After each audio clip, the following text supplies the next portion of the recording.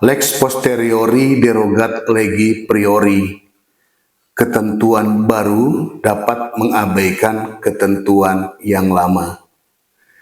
Asas itu kita akan mencoba jawab terkait dengan pertanyaan dari salah satu rekan kita yang ada di sini, yang menanyakan apakah saat ini ketika seorang penyidik menetapkan seseorang menjadi tersangka, apakah masih harus dilakukan pemeriksaan sebagai calon tersangka atau tidak.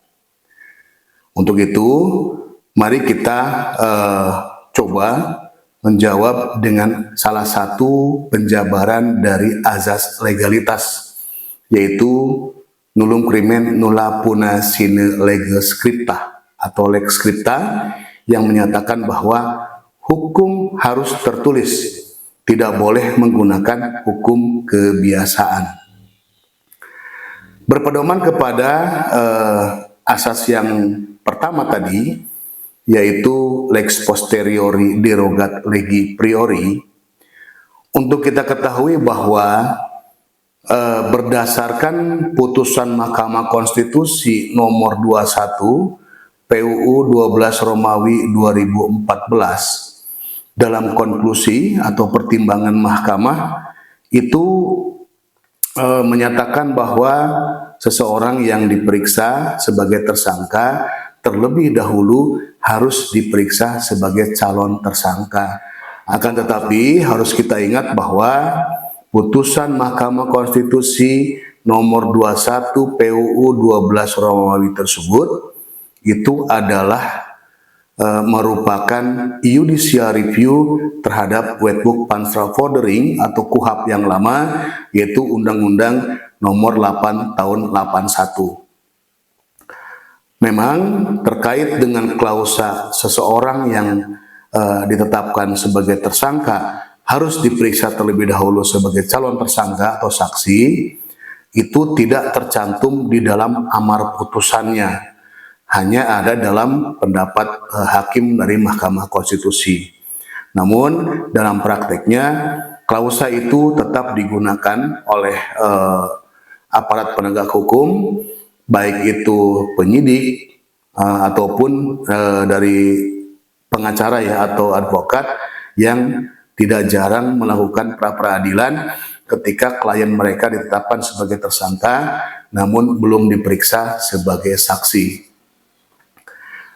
Nah, berpedoman kepada azas yang pertama saya ucapkan, yaitu lex posteriori derogat legi priori, ketentuan yang baru dapat mengabaikan ketentuan yang lama, itu karena berlaku bagi Undang-Undang nomor 8 tahun 81 tentang KUHP yang lama, dan KUHP yang lama itu telah dicabut dengan adanya Undang-Undang nomor 20 tahun 2025 tentang KUHP yang baru, maka secara lex scripta, secara tertulis, kita bisa berpedoman terkait dengan penetapan tersangka.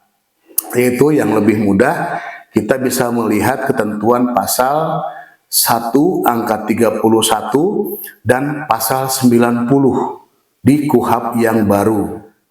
Penetapan tersangka adalah proses penetapan seseorang menjadi tersangka setelah penyidik berhasil mengumpulkan dan memperoleh kejelasan tentang terjadinya suatu tindak pidana berdasarkan minimal 2 alat bukti.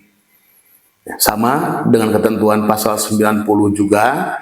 Jadi ketika penyidik menetapkan seseorang menjadi tersangka, maka di situ disimpulkan bahwa penyidik sudah mempunyai minimal 2 alat bukti bahwa telah terjadi sesuatu tindak pidana yang diduga dilakukan oleh seseorang. Sehingga berdasarkan minimal 2 alat bukti tersebut, penyidik menetapkan seseorang menjadi tersangka. Dalam KUHP yang baru tidak terdapat kewajiban seorang penyidik untuk memeriksa tersangka itu dengan sebagai calon tersangka terlebih dahulu atau saksi terlebih dahulu, tidak ada. Jadi ketika penyidik menemukan suatu peristiwa yang diduga sebagai tindak pidana berdasarkan minimal 2 alat bukti, maka dia dapat langsung menetapkan sebagai seseorang menjadi tersangka tanpa terlebih dahulu diperiksa sebagai saksi atau diperiksa sebagai calon tersangka. Yang penting minimal 2 alat bukti sesuai dengan pasal 235 ayat 1 KUHP itu tercukupi atau berhasil didapatkan oleh penyidik.